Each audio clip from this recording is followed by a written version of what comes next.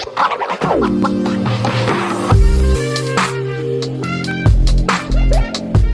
there, welcome back to my channel. My name is Brittney Bundles, and today's video is going to be going over a phishing email that I received from someone out there posing as Shopify. So I wanted to create this video because when you do open a business, even before, let's just say if you don't open a business, more than likely you're going to receive emails that are not legitimate.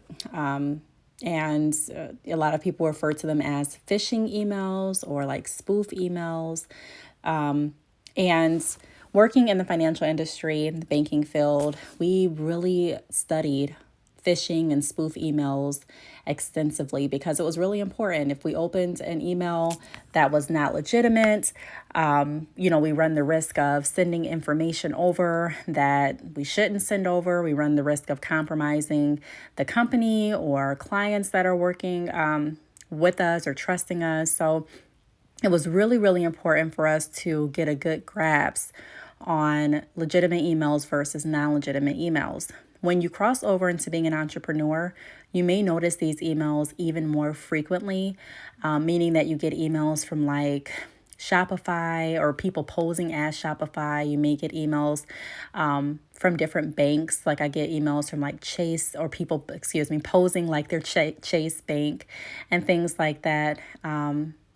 And a lot of times these emails have different hyperlinks included in them with the intention of you going ahead and clicking that link, and then whoever is on the other side getting access to either your phone information or your computer information, or clicking the link and asking you to put in more information that if you're not careful, you may actually put in information that compromises your business and also your financial accounts. So today, that's what I'm going to be going over. How to identify spoofing emails. I'm going to be using this email that I received as an example. I do want to let you know it's not going to be a video where I'm going through a lot of different slides or where I'm actually showing my face or anything like that. It's going to be a voiceover. So if you are someone and you're like, hey, I really don't want to sit through and watch the same screen while you're going over this information, this may not be the video for you, just to give you a heads up. But if you do want to dive deeper into how to identify and spot spoofing and phishing emails, this is a great video for you. So make sure that you are staying tuned. Please make sure that your post notifications are on. Please give the video a big thumbs up, and let's get right into it.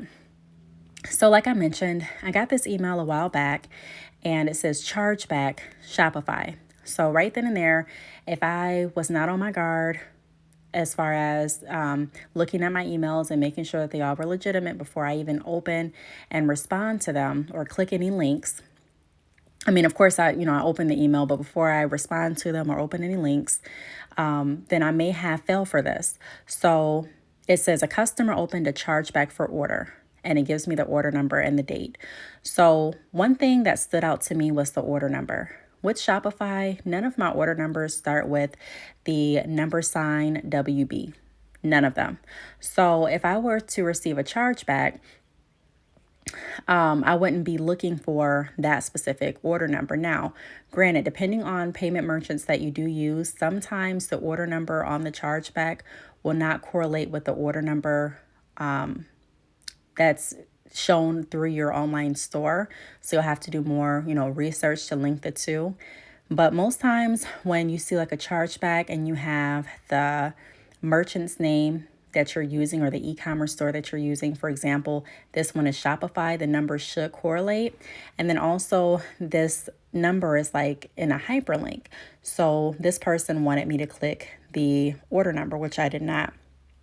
So I continue to read, and it says the customer complained to their bank that this order was a billing error. Now, if you notice, and sometimes you have to really pay close attention to these emails because you'll notice spelling errors, which can occur in legitimate emails, but not really that likely, especially coming from bigger companies like Shopify or banks like Chase. Okay, occasionally, like I said, you may see a spelling error, but it's very, very rare. The order numbers in these two lines do not match. So if a customer opened a chargeback for this order, and then we're only referring to that order, and the second line has a completely different order number, that's something that you want to pay attention to. You want to look at it and say, okay, this doesn't even really correlate, because if this is the order number, then that order number should be in the second line, not a whole nother order number. Excuse me. So I continue to read, and it says the bank was refunded $1,567.20, or the bank has returned, $1,567.20 to the customer and charged you a $25 fee for this chargeback from your Shopify store. So one thing that I would do first is I would go to my Shopify store and I would check to see if I saw any correlation with Shopify. Like, do I see any returns? Did I get any emails regarding this order number being, or any orders being returned for this amount? Did I place or, has my store seen an order for this exact amount? I would just do a lot of research to make sure, and you don't really have to spend too much time researching that information.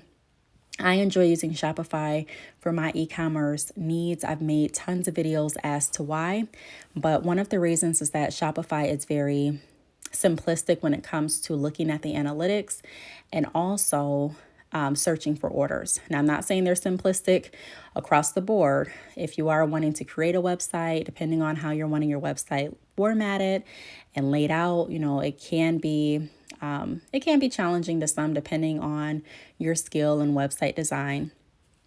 However, when you're looking for certain orders and order amounts, that information is laid out very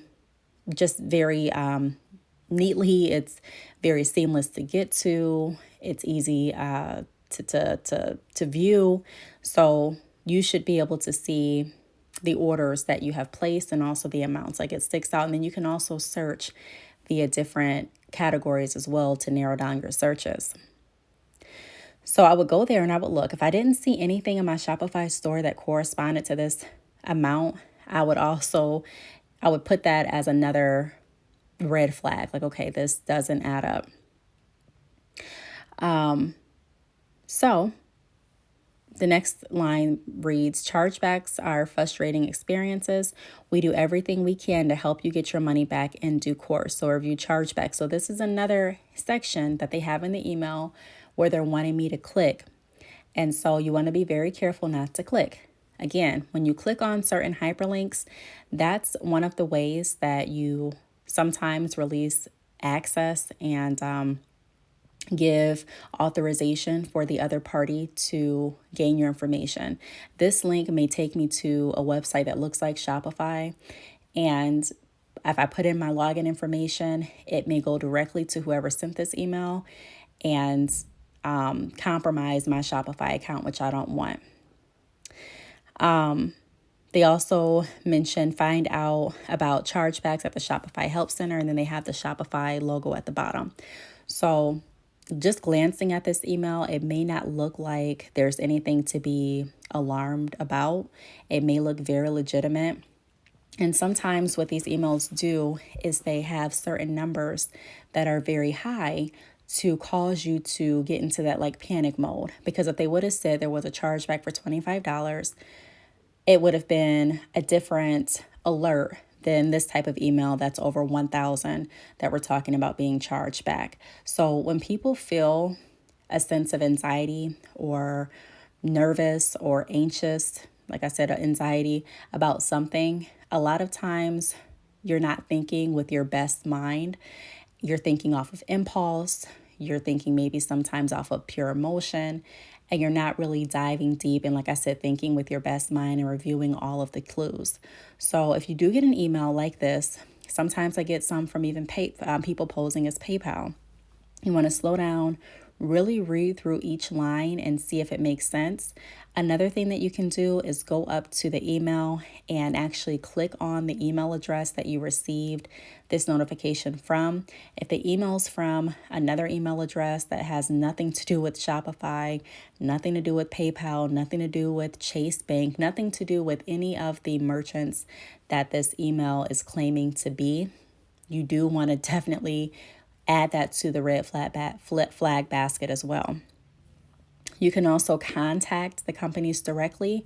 Working in the financial industry, sometimes customers, members, we refer to our customers as, they would call in and they would say, hey, I got an email from what it looks like is your banking institution, your financial institution. Did you guys send me this? And so we would look through the literature that we sent out to that specific member and find out that, no, we did not send this. And so that's another way that kind of protected them and saved them time of having to really jog their mind and put clues together to see if the email was legitimate or not. I just want to advise all of you all that emails will sometimes look different. Even if you click on the email name, like I just mentioned, and for some reason they created an email that had the word Shopify in it. You can also go to Shopify and see what their customer service email is. You can also contact them via chat and see what email addresses they send correspondence from. And you can really just get to the bottom of it without compromising any of your personal information. Now that you are a business owner, if you are an entrepreneur, you want to be very, very cautious because not only is your information at stake, but you want to make sure that you're protecting your customers and your clients' information as well. You don't want anyone even getting access to customers' email addresses if they don't have to. Like all the information pertaining to a customer's purchase needs to be proprietary and it needs to be respected and safe. And so one of the ways that we can do that and stay on top of it is making sure, again, that we review all of these emails that maybe look legitimate at first glance, but really aren't.